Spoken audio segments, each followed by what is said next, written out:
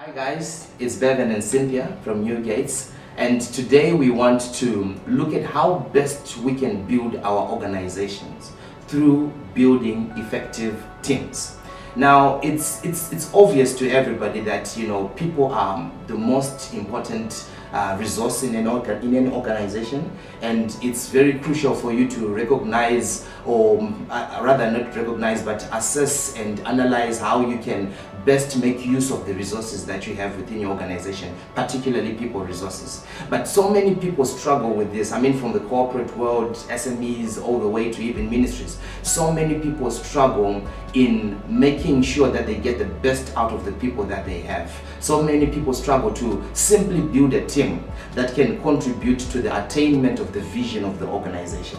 So what we want to talk about today is we want to talk about how best you can build your teams. How best rather you can build effective teams, because you don't just want to have any team, a general team. You want to have an effective team. So Cynthia is going to help us to have an understanding of what a team is and what really it means to have an effective team. So Cynthia, tell us what is a team basically? When we're talking about a team, what are we talking about? When we're talking about a team, we need to have a group of people who are working together in order to achieve a certain goal. Okay. So when we are saying a group of people, it doesn't necessarily mean that these people have got to be more than two. Okay. Even two people, a pair can be a team. All right. So every time we've got two or more people and we have a defined goal, we are good to say we are having a team. All right, all Yes. right. Now, what about effectiveness? When we talk about the effectiveness aspect of it, when we talk of an effective team, what are we talking about? What's the difference with just having a team and having an effective team?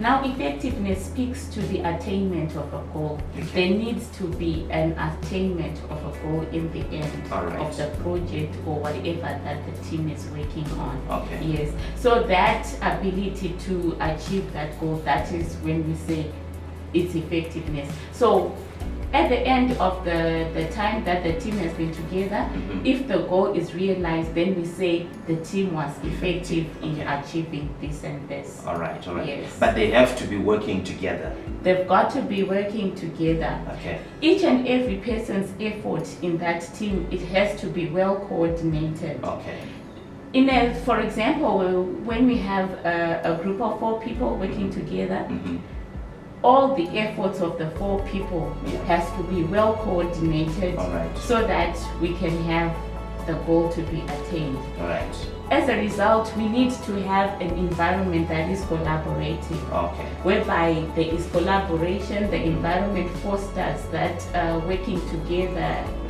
Situation. Exactly. All right. Yes. Okay. Okay. So the key thing is having an environment that is collaborative, Yes. whereby the different individuals or elements of the team or the team members are effectively coordinated, so that you can get the best out of each individual. Yes. Yeah, because I think that's the challenge that many organizations have, or many leaders in different organizations have. They don't know how to coordinate what each and every team member is bringing to the table. They don't know how to recognize people's strengths and understand their weaknesses, work around their weaknesses. They don't know how to effectively connect with the people, motivate the people, encourage the people, and draw as much energy or resources, skills, knowledge, etc. that they have. Exactly. So I think in building effective teams, one of the key problems is having that you're saying collaborative environment. Yeah, exactly. I think that's the biggest challenge. Yes. So how best can people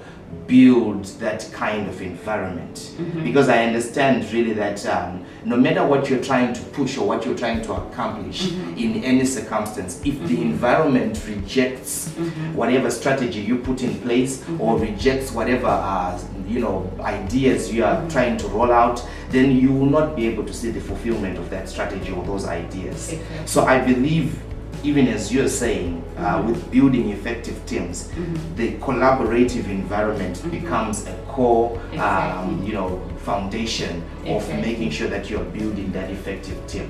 So how do you do it? How can you build that collaborative environment? What do you have to look at? All right.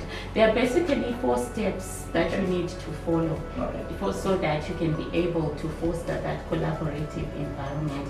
The first and foremost step is to make sure that there is a clear purpose for the team. Why are we here? Yeah. It is the why. What is it that we want to achieve? What objectives do we have? So in a way, you could even call it a vision for the team. At the end, what clear picture do we have?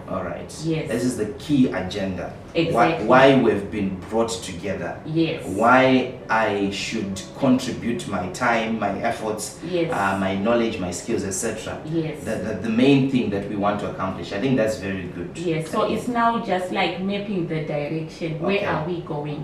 Yes, that is your number 1. Because before you go to anything else, because on that point I've noticed that there are so many people working around together that don't know the ultimate thing that they will have to accomplish, right?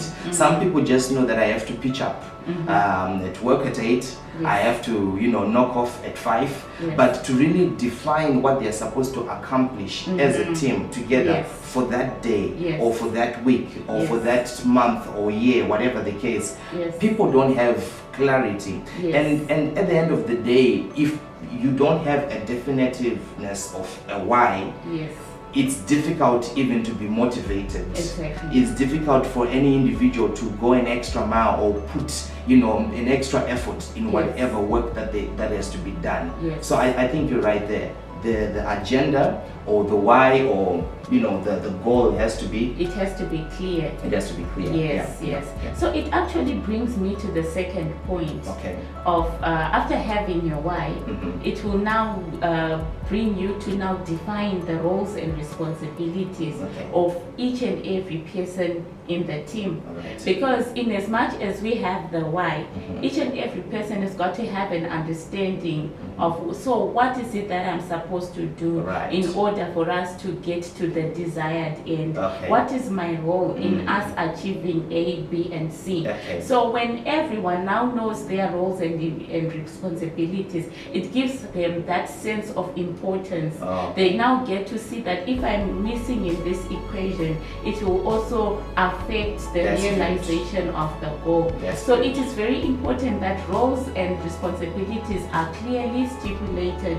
So this can be done even in writing. I personally would encourage people to have roles and responsibilities clearly written down, and also people to be responsible enough or accountable enough to even sign for those and say or pledge that indeed I understand these roles and responsibilities and I am willing to work towards achieving.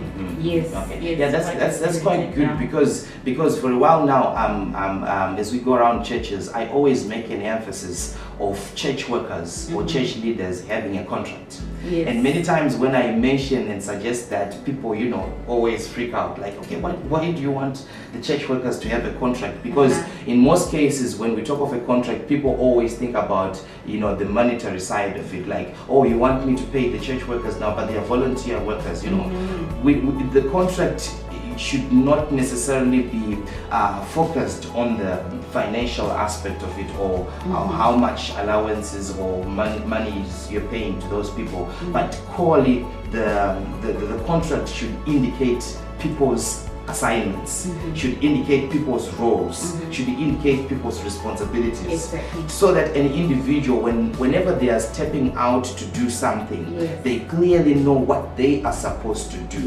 They clearly know what is expected of them, right? They clearly know that if they don't, come to the party, then if things go wrong, they are responsible for that, right? They have to know who they are accountable to.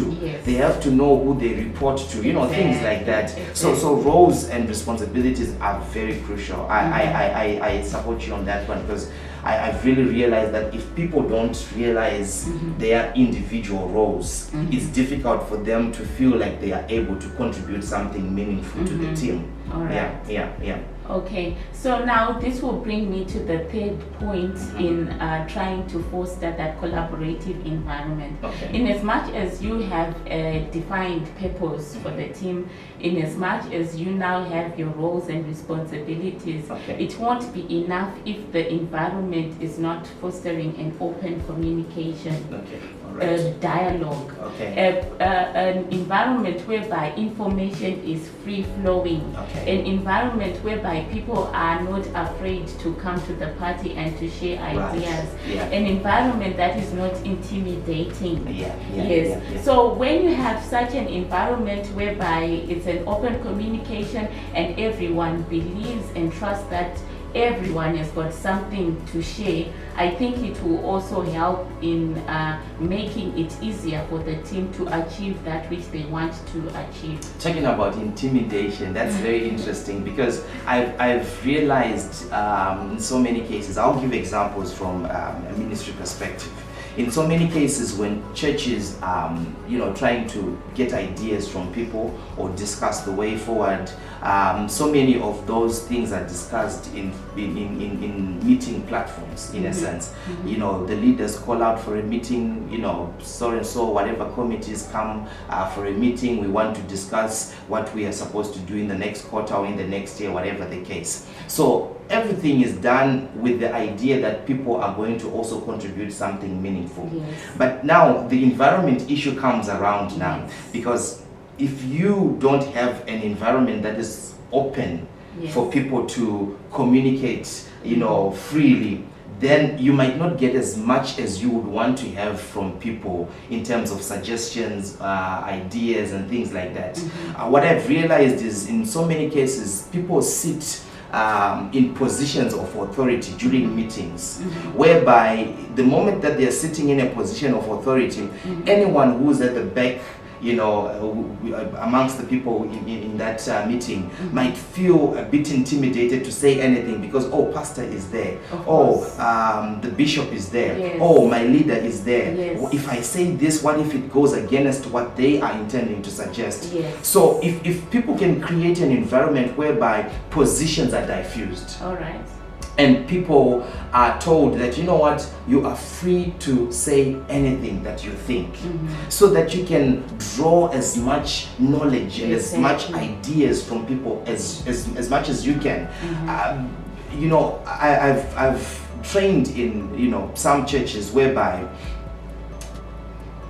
as you are training in front of the leaders, as you're training in front of the different church workers, the leaders of that church, that is now the founders or the bishops or the pastors, they will be seated in certain positions that somehow brings some certain level of intimidation to the people, because people can't freely speak if they see, the apostle is seated there and we are seated there. You get what I'm saying? There's that distinction of hierarchy that is unnecessary in an environment that has to adhere to that open communication.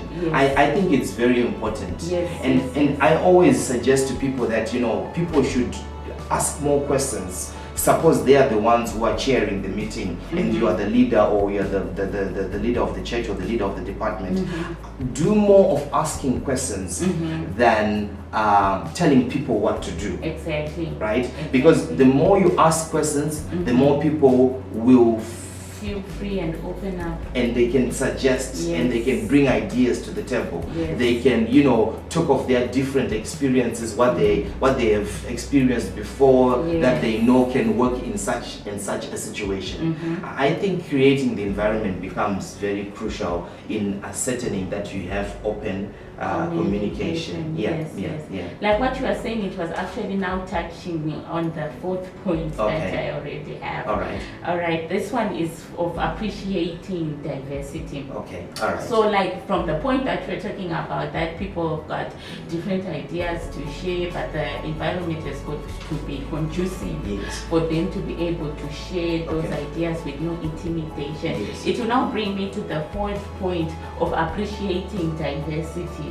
Diversity is better than they are found anyway, even in the church or even in the corporate world, Alright. you see that people are different. Yes. They are males, they are females. Yeah. Even the level of education is different. Yeah. And nowadays, whereby people are moving from countries to one country to another, Yeah. you can see that in an organization we've got people from different countries. Yeah, that's true. Yes. That's true. So those are the kind of differences that people ought to harness, people ought to celebrate, Alright. and people ought to respect, knowing that in these differences, people have had backgrounds that are different, and that will also bring a wealth of experience that will also aid in the task that they have that is at being hand. done. All right. Yes, Okay, yes. okay. So it is actually something that is good.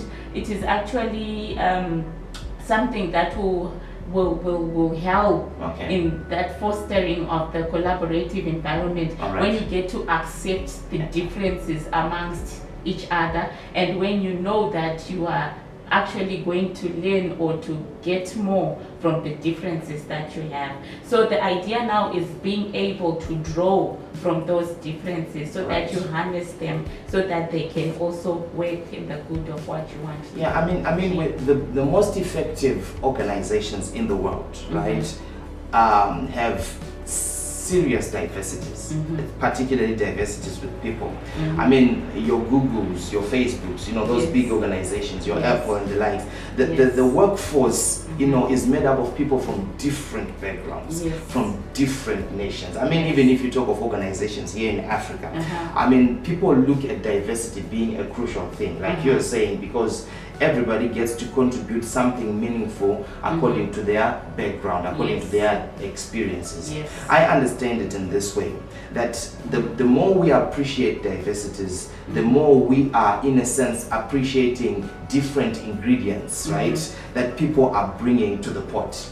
Because if you just make a meal out of just one ingredient, whatever one part of ingredients that you think is good enough, you won't get a flavor, you know, a good flavor of that meal. So if people bring about different ingredients from their different backgrounds, different nations, you know, different perspectives and things like that, they get to pour it all in the pot, and when the leader, and even with the effort of the team, cooks that meal, at the end of the day, you have a well-flavored meal. And guess what that meal can do? That meal can relate to different people of in different parts of the world.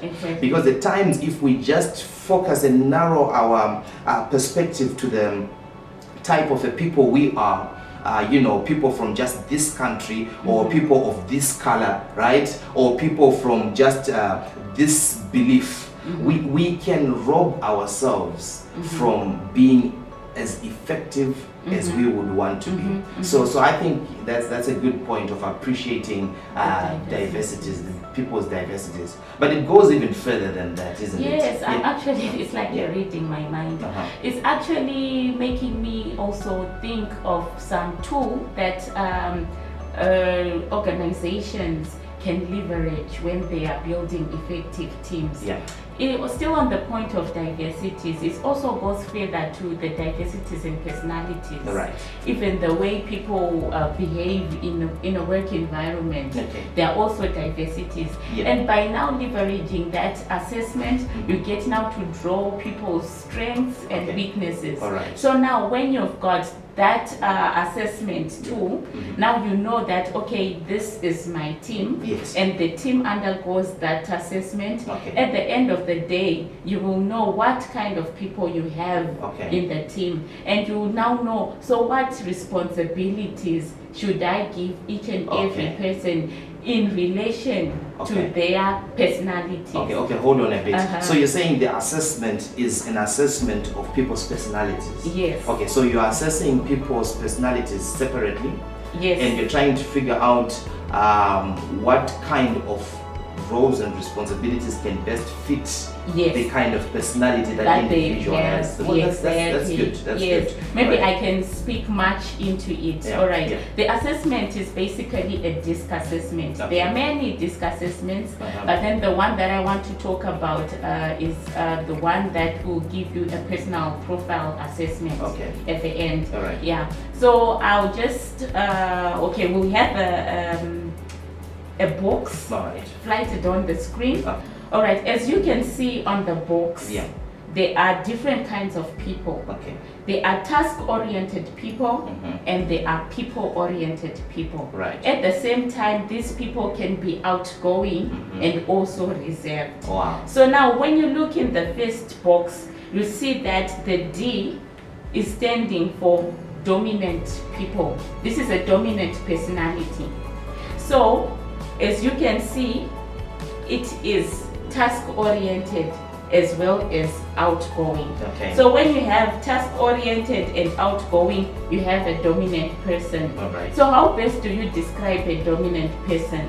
This dominant person would be forceful in nature. Mhm. They prefer to communicate by telling. All right. They are motivated by power. Okay. And they drive for results. All right. So already from this description, you can see that this person can be best suited in a leadership role. All right. Because their main motivation Mhm. is to see results. Okay. They have this Drive.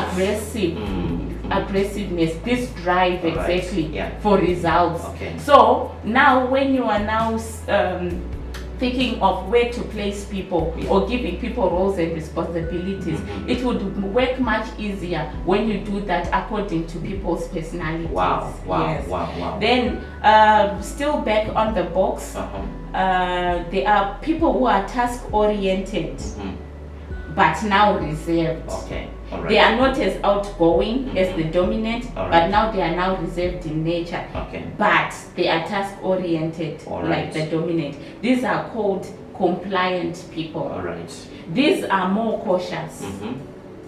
They pay attention to detail. All right. They focus on quality. Mhm. Some people may even call them perfectionists. Okay. But they are not bad people. Okay. But it's Mhm. now a matter of placement. Okay. Where are you going to place them? All right. So they prefer to communicate in writing. Mhm. They like to display information in form of graphs. Okay. And they are motivated by having standard operating procedures. Wow.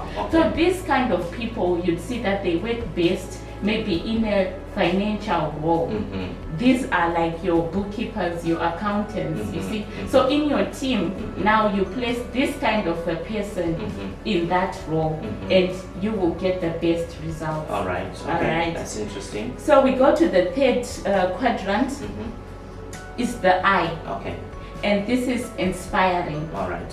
These inspiring people, they are now people-oriented as opposed to the task-oriented Okay. D and C. Okay. All All right. right. So the inspiring, Mhm. they are people-oriented Okay. and they tend to be outgoing. Mhm. These people, they focus on relationships. Mhm. They tend to be very friendly. Yeah. They are influential Mhm. and they are verbal. Mhm. They are motivated by public recognition Okay. and they best best communicate by talking Okay.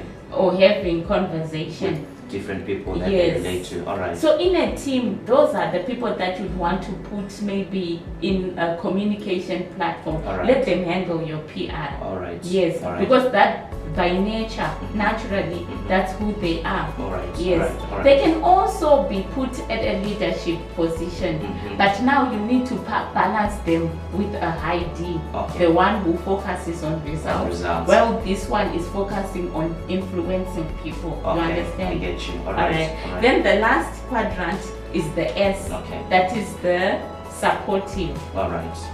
These are people who like serving. Mhm. They focus on service, Mhm. and they are likely to be dependable. Okay. They are amiable. All right. They are good listeners. All right. They prefer to communicate mainly by listening. Mhm. So these kind of people are those ones, your go-to people. Yeah. You know, Okay. they solve problems. Mhm. That's what they like doing. All right. You depend on them, you rely on them. Okay. So now in a team, you now look at the positions that Mhm. are there Mhm. and who best has this personality, Okay. who can fit into there, All right. then you can put your people. All right. Yes. Yeah, because looking at all these different, personalities, you can actually identify from the head. I can actually see a personality that is good for leadership, like you were saying. Yes. A personality that is good for, communication environments, in a sense. Yes. Like, for example, I can put this point that if you have your ushering team, right, you would prefer them to be more inspiring, Yes. in a sense, Yes, rather yes. than being the dominant, Yes. because they would forcefully push people, in a sense, Exactly. whereby they are not necessarily considering how people would feel, Exactly. or how people would think, of whatever Yes. they're telling them, or how they're speaking to Yes. them. Yeah, you can actually identify that different departments have different requirements in Exactly. terms of the kind of people that have to be part of that team, Exactly. because personalities contribute to the effectiveness Exactly. of the team in itself. Exactly. If my personality is against what we are supposed to accomplish, then it means whatever I will contribute will Yes. not be as good Yes. as expected by my team members, isn't Exactly. it? That's true. Yeah. So these personalities now, they get to show the leader the strengths and weaknesses that people have. All right. So it would make more sense when you place people where they have strengths All right. to serve in those positions, All right. to do things that come naturally, rather than to force someone into a position that they may have problems in. Okay, so place. in other words, you're changing the whole game here, because in most cases, when people are being placed in positions or in specific roles that they have to play within an organization, particularly in churches, you'd realize that people think of an individual before they think of function. It's more of positional leadership than functional leadership, whereby if you look at positional leadership, you're just thinking, okay, this is a high profile position in church, so who would I want to place in that kind of a position, without really considering the function part of it. Yes. What kind of skills do I need in that position? Exactly. What kind of a personality Do we need? need in that position? Yes, yes. So instead of first placing people in positions, instead of first placing people in giving people specific roles and responsibilities, one really needs to have this personality assessment. Yes.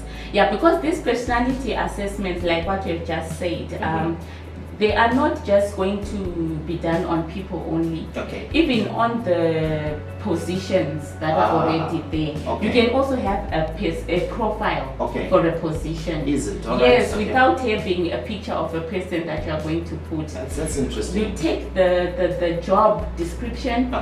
Yes, you see what are the responsibilities that are supposed to be met by the incumbent who is going to be filling in this position. All right. Then you make an assessment basing on the job description, and it will give you a description or a profile of the personality of the right person who will suit this position. This particular position. Yes. Wow. So now when you go now and do the profile of the person, you now do what we call a job match. Okay. So you can now, when you do the job match, you can see that this person is a 4-star, is a 4-star rating, or a 5-star rating. Yes. The higher the rating, the more natural a fit the person is to that job. So suppose this person is a 2-star. It means that this person has got some strengths that are not necessarily required in this position. Yes. So now that's whereby you can now talk about training and development. How do you close this gap? Or maybe you can take that person away from that position and find a job that will rightly place. Okay. That's interesting. So it means for anyone who's looking at building an effective team right now, they have to start off from this point, right? Doing the job profiling, right? Yes. Do the job profiling first, define the specific requirements Yes. that the job needs, Yes. define the specific personalities Yes. that have to be filled in the position that has to drive that particular Yes. job or those particular assignments. Yes. Then go on to do a personality assessments. That is the profiling of the people. The profiling of the people. So Yes. it's the job profile, then the people profile. Yes. Then when you have done both those, you match the Yes. two. And if the personal profile matches with the job profile, then that person is good to go, as in Exactly. good to implement, Yes. right? If there is a mismatch, then you can either look for someone else who matches, or you can develop that That person. individual through trainings, etc., Yes, etc. coaching. That's very interesting. Yes. Yeah, because you see, many times, let me tell you, many times people just throw people in positions. People just take individuals that have been with them the most, people that started the church with me. Let me give them a good position. Exactly. Let me put them to be the treasurer. But the Yes. question is, do they have the personality? Do they have the skills to do the particular work that needs to be done? Are they? Is the position, like you were saying earlier, is the position requiring a task-oriented individual, Yes, or it's more people-oriented. a people-oriented individual? Now you have to have that balance and that matching. Yes. That comes to be very crucial. I think all of these aspects are very important, really. Right. So the first one you said, what is it?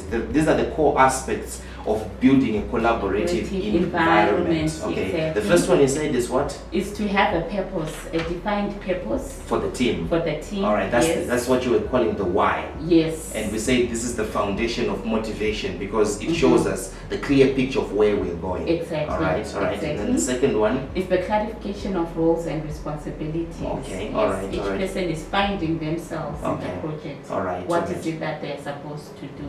All right. Uh-huh. And they get to align to the certain work that has to be done within Yes. the team. Okay. Yes. Number 3. Then there is open communication. Okay. Yes, Okay. yes. Okay. A And free flow of information. right. Yes. Right. Knowledge sharing. Exactly. Information sharing. Yes. Making sure everybody knows what's happening. Yes. Making sure that everybody knows, each other and what everyone can contribute to the Exactly. team as well. And we say the emphasis there, like when people share information, when people are given an opportunity rather to share information, it's best to diffuse the environment so that the environment can be welcoming for people to suggest anything. Okay, and then number 4. Number 4 is appreciating diversities Okay. within the team. Wow, Yes. that's amazing. Just to maybe add what can be a bonus point or whatever.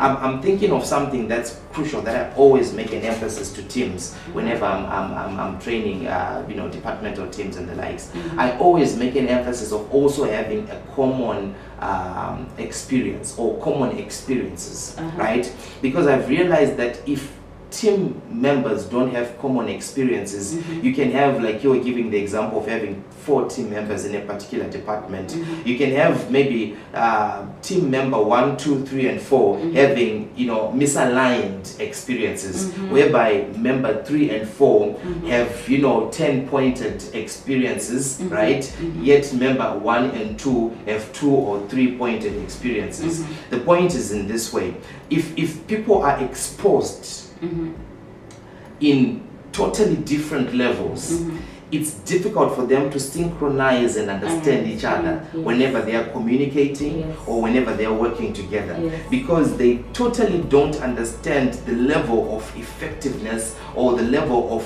efficiency that is required by the other team members for them to attain what they're supposed to attain. The drive is different and it affects the energy, right? It dilutes the energy, because if I'm coming with a 10-pointed drive and you're coming with a 2-pointed drive, instead of us having a 20, pointed drive, it becomes, watered down, right? Because your experiences are different from my experiences, right? Scripture says, 1 can chase this much, right?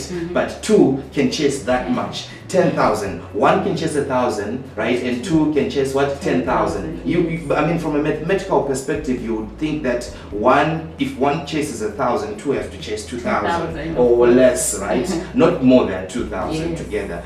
the idea is not that the other person is bringing an ability or capacity of chasing 9,000. No, the point is when we bring the same level of drive or the same level of energy, we are able to do much more than what we are thinking we can only do by our double capacity. We can chase 10,000 instead of even chasing 2 or even just 1,000, right? So I believe shared experiences or common experiences, you know, can contribute to something meaningful. I always share this example, right? Just a minute or two to explain it.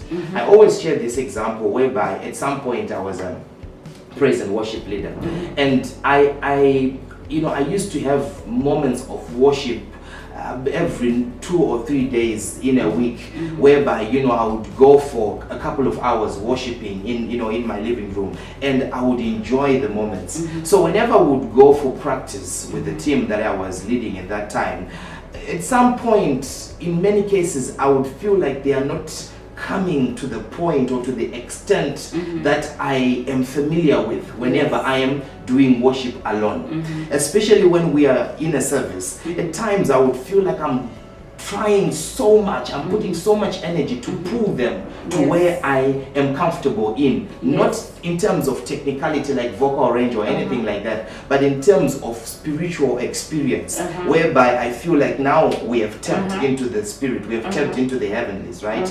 Now, so this is what I did. I thought about that and I said, okay, I think we need to have shared experiences. And I decided that instead of us doing our practice sessions on Saturdays, we'll do our practice sessions for about 3 or 4 hours on Saturdays, Saturday afternoons. Let's try to do them on Fridays, right? In the evenings. And we would start around 9ish all the way to the following morning around 5 a.m., 6 to the top, right? That's Saturday. So we wouldn't come for the Saturday practice. Now, during these sessions, what we would do is we would have an hour or two for technical training. Then we would have maybe another hour or two for practicing the particular songs we want to do on Sunday. But then most of the time, particularly from around 1 or 2 a.m. to 5, for 3 hours plus, we would do spontaneous worship.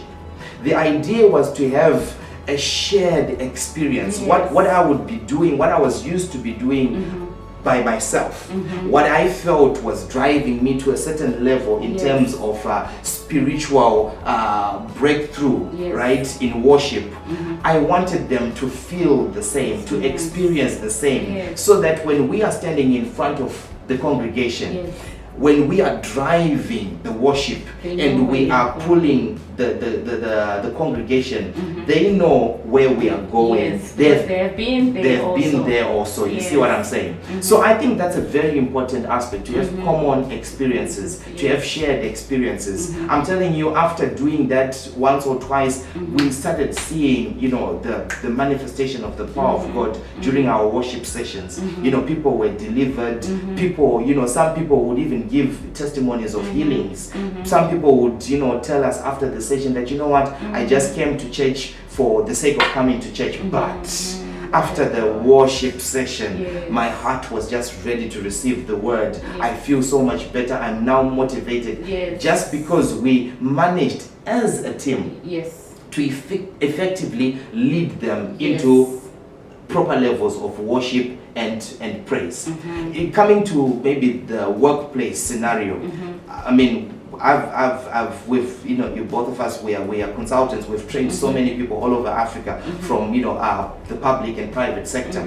And we have seen so many people coming for training, 2 weeks or so, going back to their organizations. And, as you correspond with them via email or so, they tell you that, okay, I'm struggling to connect with the team because now I know this much and I know what I'm supposed to do, but my team is not coming to the party. So I always make an emphasis that, always go back to the team and present the experience that you had in class, so that you can share that. So that you can share the experience. You can all have a common experience. Tell them what you learned.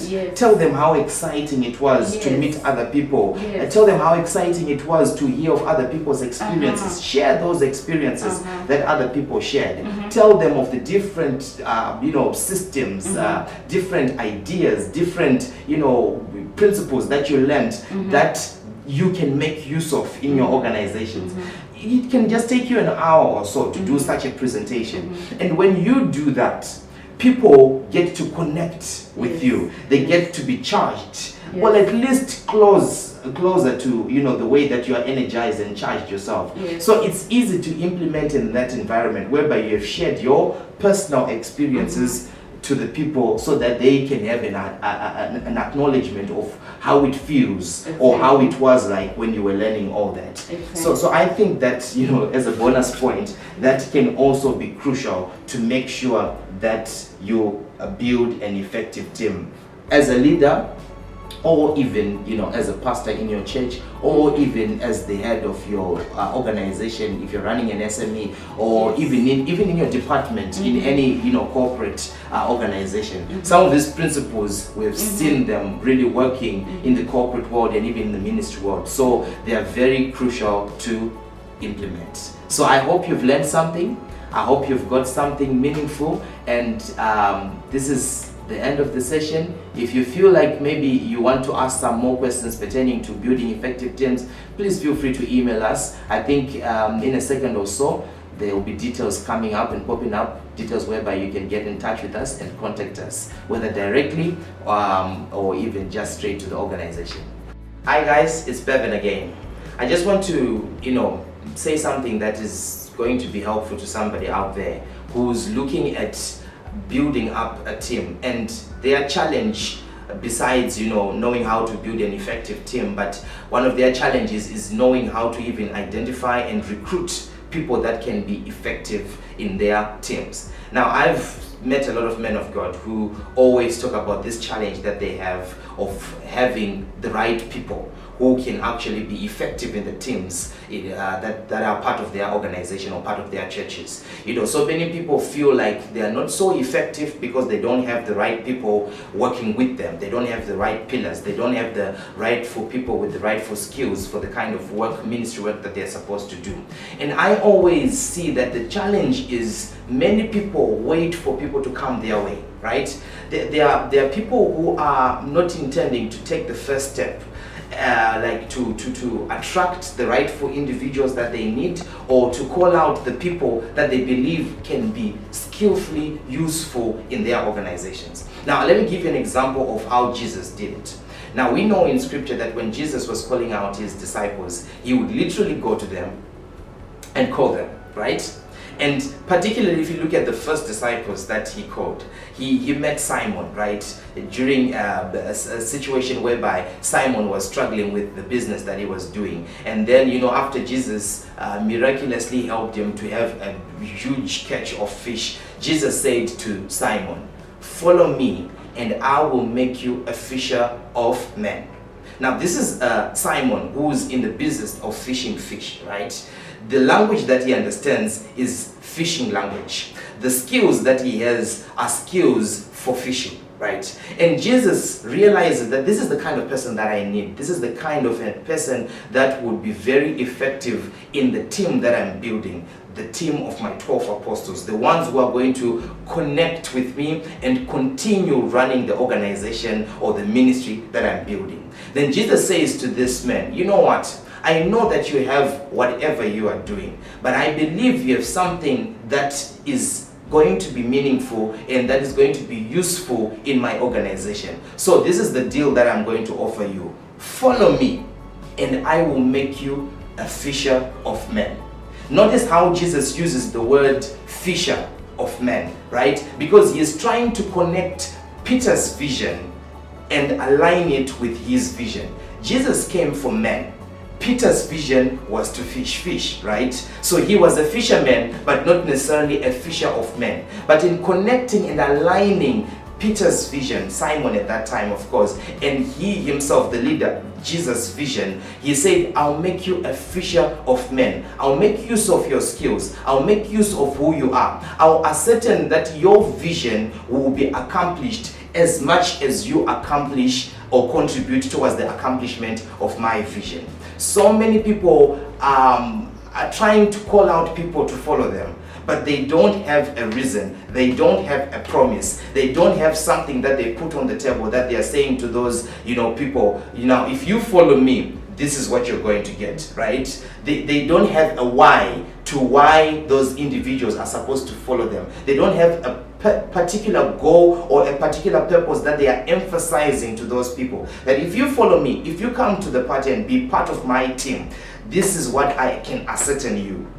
This is what I can promise you in terms of you benefiting or you having. I'm not saying that when people come to work in church, they're supposed to benefit something. But I mean, even God himself in his word, he says he is a rewarder of those that diligently seek him. If people follow him, he rewards them. Now, why do you think people are going to follow you, people are going to, be a part of your organization or be a part of your team or be a part of your church or contribute their skills, contribute their time, put in effort to reach or to accomplish your vision without them getting a reward of some sort? People need to know, and this shouldn't be any, gimmick or anything like that, whereby you say, no, if you serve me, if you come under my church, if you work with me, God is going to bless you 10 times or 30 times or 50 times or 1,000 times. It's not about that. It's not about gimmicking people, but it's about putting something relevant, something that aligns that individual's vision with your vision, and they are motivated to work. I don't believe that people are the problem. I don't believe that finding the rightful people is the problem. I believe the way that we communicate our vision and the way we draw people to align with our vision is the challenge. We don't know how to do that well. So we always struggle with having the rightful people. So I hope when you meet somebody, when somebody visits your church, when somebody is already even part of your church, and you are supposed to work with them, and you see that there's something meaningful that they can contribute in your organization, you won't hesitate but approach them and align their vision with your vision.